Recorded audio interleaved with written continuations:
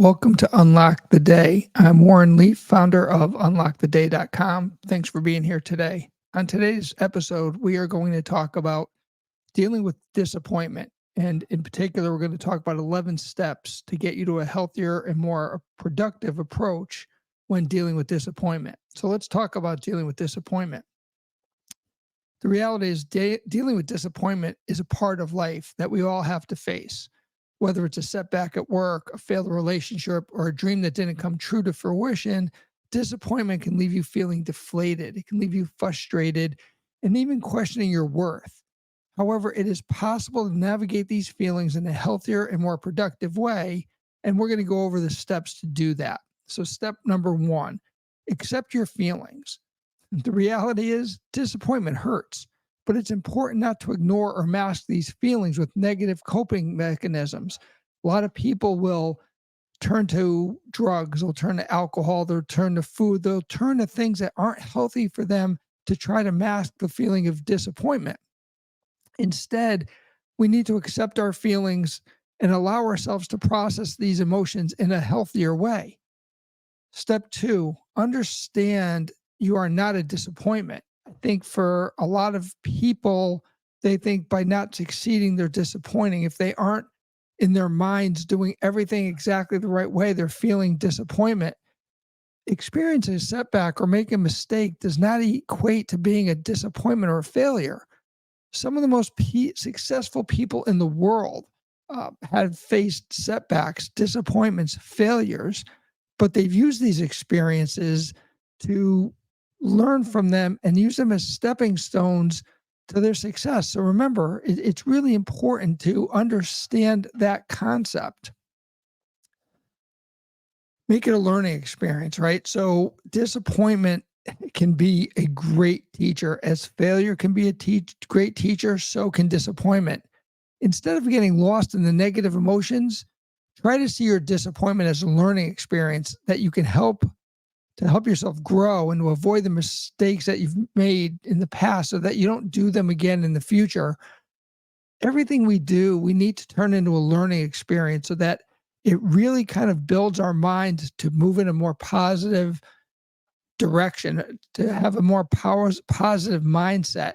Again, what I talk about all the time is being intentional, being disciplined, and being consistent. And the same thing when dealing with disappointment, you have to get your mindset past being what you consider a disappointment, turn into a learning tool. One of the biggest things that I can't stress enough is the importance of moving out of your comfort zone. When you feel disappointment, you really huddle back inside of your comfort zone. It's a safe place to feel, but it really, really limits your growth, and it really keeps you back from learning and just experiencing life in general. So I know for a lot of people, moving back into their comfort zone is where they go after disappointment. But it's really, really important to take that time and kind of broaden yourself out. Understand that it's going to be okay and you're going to move yourself forward. If you've watched my episodes before, you understand and you know how important gratitude is to me. I start every day with a gratitude list. I end every day with a gratitude list. There's so much to be grateful for. And when disappointment strikes, it's easy to lose really sight of everything that's around you. By practicing gratitude, by being grateful for those simple things, it helps to reframe your mind and helps you get back into a more positive step. So when you're struggling, if you've had a failure, if you had some disappointment in your life, go back to gratitude. And for me, what's most important is don't just say it in your head, write it down, because when you read those words back, it actually amplifies the importance of them in your mind. So gratitude is very important. Writing it down is even more important. When you're feeling disappointed, a lot of times we kind of, again, like the comfort zone, we go back within ourselves and we keep that all to ourselves. And that just adds more burden. When you're going through something that's been a disappointment to you, or if you're disappointed in a relationship, your job, whatever it happens to be, Make sure you're reaching out. Make sure you're getting help from family, friends, coworkers, whoever is there to help you and talk to you. It's really important that you kind of go outside of your bounds and express what you're feeling. Get other opinions from other people. Let them help guide you past where you currently are. For me personally, taking a break is really important. When I'm going through something that's a real struggle, when my mind isn't just able to get me through or past a situation, I change my environment. And I think changing your environment is really a very important thing. Whether it's I'm really blessed to live by the water, so I can go and walk by the beach. I can just take a walk around my neighborhood or drive in the car. Change the environment that you're in. Allow your mind to calm down and clear your thoughts. Having clear thoughts, having a clear mind is really a great troubleshooting tool, and it's really a way to get you past where you currently are. We talked about comfort zone, we talked about pulling yourself back in, getting outside of your head, getting outside of those negative thoughts is really what it comes down to. It's really so important is getting out of your own head.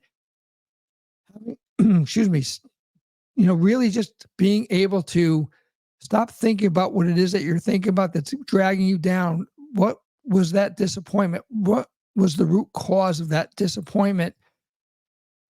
When we think beyond that, when we think about the bigger picture, it helps us really understand what the end goal is, right? Kind of refocus our mind, repurpose our agenda, and just moving ourselves forward.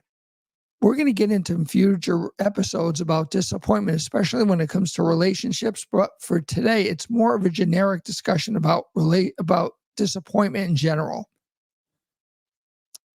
When we're dealing with disappointment, just as we deal with many things, that first step forward is so critical to get you moving yourself ahead, right? So you've been disappointed by something, you've moved yourself inward, you're kind of feeling down, and you're to some degree feeling sorry for yourself because this has happened to me. We need to move ourselves forward, and by taking that first step forward, which is the hardest first step of anything we do, taking that first step forward is so important because you're automatically reframing your mind to say, okay, time to move forward, time to put the pity party behind me, and I need to get myself going.